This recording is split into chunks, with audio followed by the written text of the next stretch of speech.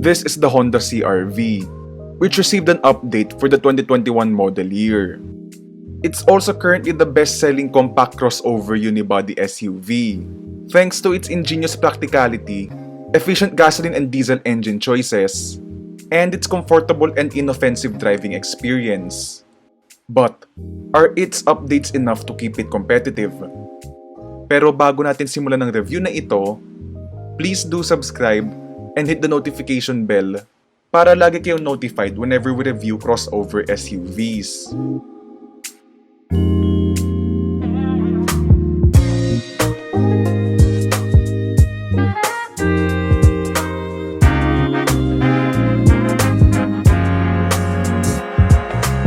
But first, the look.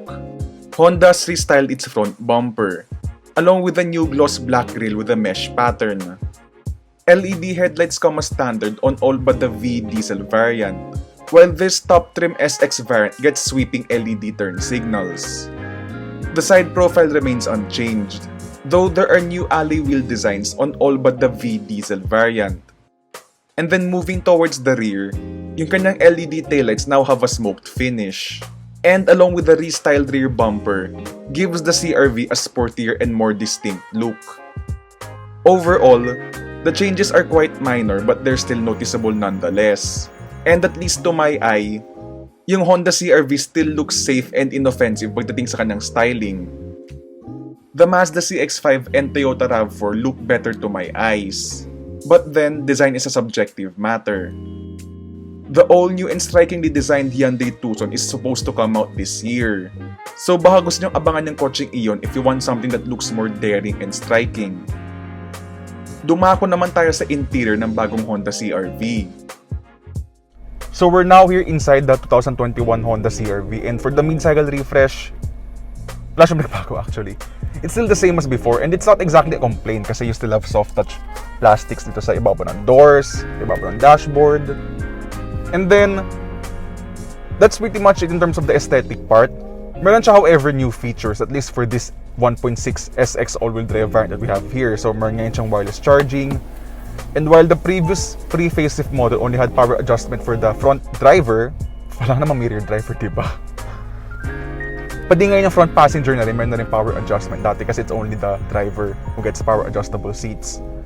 And just like the pre-facelift CR-V, it's still a very practical place to be in. So, Honda's really been known naman talaga to make practical interiors, and the CR-V is no exception. So, you have a adjustable center console na ang sobrang deep ng kanyang storage. And you also have a lot of practicality aspects din sa likod. You even have a third row seat. But before we get into that third row seat, let's talk about the infotainment system first. Itong infotainment system ng Honda CR-V has remained unchanged from the pre-facelift model, which I think is a missed opportunity. Okay sa akin yung response times niya noon, pero sa mga panahon ngayon, itong infotainment system ng bagong Honda CR-V is now considered laggy for my standards. At least in terms of functionality, okay naman yung infotainment system. And it's nowhere near as bad as the Toyota RAV4's third-party locally sourced infotainment system. Apple CarPlay and Android Auto come as standard, though we wish this was wireless para naman useful yung kanyang wireless charging pad. Moving towards the second row seats, and this is where the Honda CR-V continues to excel. Thanks to the unibody design, hindi mataas ang kanyang floor height, which makes it easy for elderly people to climb inside. The Subaru Forester offers more second row space compared to the Honda CR-V, at least in diesel form. Because kung mapapansin nyo, medyo mas mataas yung second row ng diesel CR-V compared sa gasoline variant. And that's because the CR-V diesel second row seats are able to slide fore and aft, which the gasoline CR-V doesn't have. And then moving to those third row seats, there's almost no headroom for my 5'10" height. And then third row legroom is tolerable if you move the second row seats forward. Just like in most SUVs, yung kanyang third row seats is meant for kids. Though on short journeys, kaya ko namang tiyagaan yung kanyang third row space. Cargo space for the Honda CR-V will vary depending on which variant you're choosing. Basically, if cargo space is your priority, mas okay na kunin niya yung 5-seater version. But then, kung talagang kailangan niya yung kanyang third row seats, mas maliit yung cargo space ng 7-seater CR-V. And that's because malaking space yung kinakain ng third row seats. And here are its numbers compared to the gasoline CR-V. Compared to its rivals, the gasoline CR-V is one of the most spacious, while the 7-seater CR-V on the other hand has the smallest trunk space among compact crossover SUVs. As mentioned, 2 engine choices are available for the Honda CR-V. Though yun nga lang, you can't mix and match powertrains and seating configurations. So kung gusto mo ng 7 seats, you have no choice but to get the diesel. Or on the other hand, you can't get the diesel with 5 seats. So as for the driving experience of the new 2021 Honda CR-V, well, Honda didn't really change anything in terms of the technical aspects ng car. It's still the same as before, which means na it's still a long-distance cruiser. It's still meant for long-distance cruising. It's meant for comfort, basically. So the suspension, it's still one of the best in the segment in terms of ride quality. The bumps are absorbed really well with sophistication. Hindi siya yung parang sa mga PPV nga na pag daan mo sa lubak may thud ka and then may shake, kasi may chassis shake ka pa nga as we've told nga with cars like the Toyota Fortuner, which is yung huli ko lang na drive na PPV, diba? But with unibody SUVs, this basically highlights my preference towards these kinds of vehicles kasi they're much more refined, mas sophisticated yung mga structure nila that's able to comply to basically to global tastes and safety regulations. So the chassis is very rigid. And really, there's sophistication sa kanyang pag-absorb ng mga lubak. So, you just go over a bump and then you only get a thud. At wala ka nung alog sa katawan niya, sa chassis. There's none of that. Wala ka nung ganong unrefined feeling kapag nadaan ka sa mga lubak. And then, despite having a comfort-oriented suspension, okay pa rin yung kanyang handling. It doesn't roll through much sa mga corners. Hindi siya yung nag-tip over or nagda-dive or nag-i-squat under hard acceleration. It still handles pretty well with stability and reassuring amounts of grip, especially due in part sa kanyang AHA. Okay, medyo weird yung kanyang acronym. It's basically Agile Handling Assist. So it's basically a torque vectoring system where it uses torque vectoring by braking. So when you enter through a corner, it will brake the inner wheel kung saan ka paliko. And it makes this CR-V going when you go through corners composed. So hindi siya yung parang twitchy or whatever. It feels stable and reassuringly grippy. Unfortunately, it's not what I would exactly call a fun to drive SUV.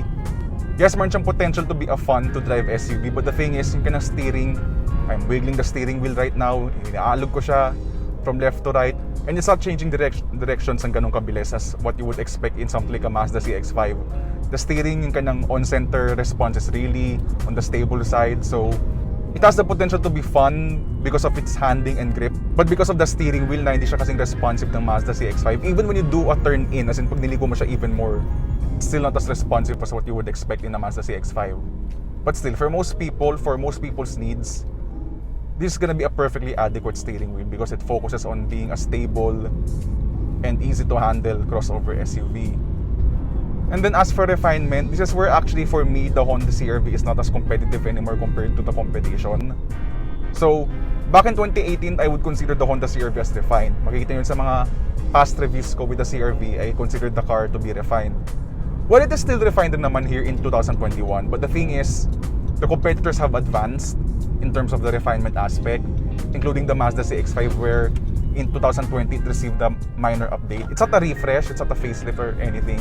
It's more of Mazda's style of doing updates every year to their vehicles. And that car improved a lot in terms of the refinement aspect. So, mas onti ang road and wind noise niya. The CR-V isn't terrible naman. Actually, okay pa siya. It's refined. It's still a refined car. But, again, yun nga, the competition is advanced. Mas nag-advance yung competition ahead of the CR-V in terms of that aspect at least. But still, it's one of those things that you would only notice kapag you've driven the CX-5 or the CR-V back-to-back and naglagay ka ng decibel meter para mapansin mo yung differences in the refinement, which is actually kung tusin very minute. So, the CR-V naman is still a refined crossover SUV to begin with naman. And this is something that you're gonna be noticing kapag nasa highway ka na, kapag nasa expressway ka na. So, we're gonna be entering an expressway ngayon.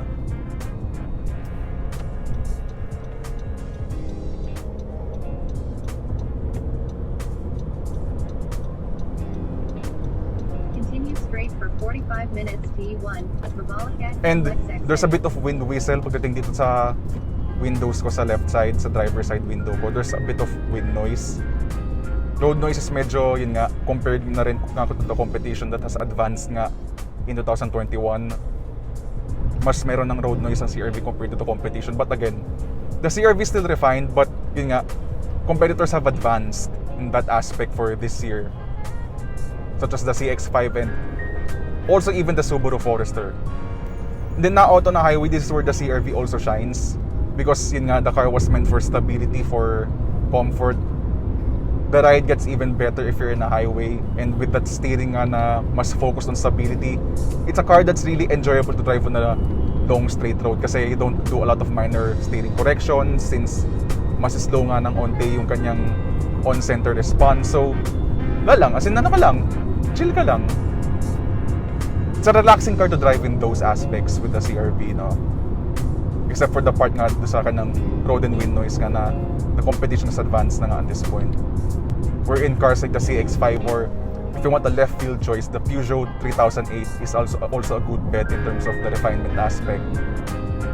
Also, the car's 1.6 liter diesel engine is also worth talking about because a lot of keyboard warriors lang are quick to judge na since this car only has 120 horsepower, na this engine is weak, ang hina lang ng makina na to, na 120 horsepower lang, my Fortuner has more power than that, blah blah blah. Well, they clearly haven't driven the CR-V. And back in 2018, nung na-drive ko yung pre-facelift model, I was able to carry 7 people with that CR-V with no issues at all. And that's still the case ngayong panahon na to. So the engine has a lot of torque at 350 Newton meters of torque. That's actually a decent number, 350 Newton meters of torque. That's not even considered small in terms of the torque figure. So it pulls really well. There's plenty of torque even in the mid RPM range. Kaya sa totoo lang, this engine feels more like a naturally aspirated engine kasi it feels linear. Wala siya nung quirkiness na parang sa low RPMs lang ka lang may hatak. And as a matter of fact, yung diesel engine itong CR-V feels more like a BMW engine kasi nga yung kanyang torque is delivered in a linear fashion. And the 9-speed automatic that's mated to this engine is a really good transmission. It's made by ZF. So you know how good the ZF 8-speed automatic is in the BMW vehicles, diba? You know how good the ZF 8-speed is on the rear-wheel drive car. So the 9-speed may not be as good as the ZF 8-speed, but it's still one of the best transmissions for a front-wheel drive car. The transmission responds really well to your inputs. It shifts down to the correct gear when you need it. And the shifts are also very smooth. May issue lang would be itong kanyang push button shifter, which is really slow to change gears, especially from drive to reverse. Okay yung button layout in practice. The button layout in practice is actually okay lang for me. But my main issue would be the response from going from drive to reverse and vice versa. Ang bagal talaga ng pag-change ng gear. It's much faster with the mechanical shift lever that you would find in the gasoline CR-V. But other than that, the CR-V's transmission and engine combination works really well. It suits the car really well. The engine is spongy even with that low figure that people are quick to judge. And if you're gonna be able to check rin naman the 0 to 100 kph times of other media overseas with the CR-V and other PPVs, your kanilang figures are basically on par with each other. And you also have to remember that the CR-V is a much smaller car compared to a Fortuner or a Montero, which uses a heavy ladder body on frame kind of truck-like chassis. And then the brakes, other media don't necessarily talk about the brakes that much, but I like the CR-V's brakes. The brakes of the CR-V feel really good. It's reassuringly grip. It's reassuring basically kanyang brake feel. There's a lot of bite sa brakes. And it's easy to modulate kapag nasa city traffic. It's easy to come to a smooth stop with the Honda CR-V. And then as for fuel economy, for the Honda CR-V 1.6 SX Diesel all-wheel drive, I've been averaging ngayon around 17.2 kilometers per liter. Okay, so 90% of that is highway drives kasi I went to Subic and yun nga, my house is literally less than a kilometer away from Calac. So from that point on, puro highway na ako.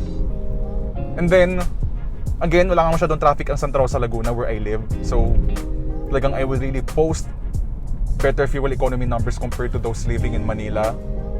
But under the same circumstances, there's literally no other compact crossover SUV or even let alone a PPV that measures up to the CR-V diesel in terms of the fuel economy figure. It's really an impressive feat for the all-wheel drive CR-V to achieve 17.2 kilometers per liter. So expect the two-wheel drive version of the Honda CR-V diesel to be even more fuel efficient. Pricing for the Honda CR-V starts at a little under 1.7 million pesos. And this gets in the gasoline-powered 2-liter SCVT variant.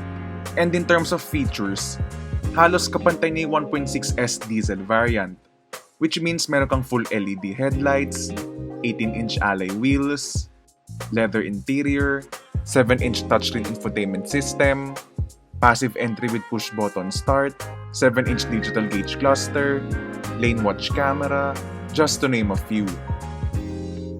Up next is the 1.6V diesel. And in terms of equipment, ito talaga yung totoong base model because you only get halogen headlights, 17-inch alloy wheels, 5-inch color screen infotainment system, and manual keyless entry. And then moving up to the 1.6S diesel variant, halos kapantay nito ang 2.0S gasoline variant as mentioned kanina.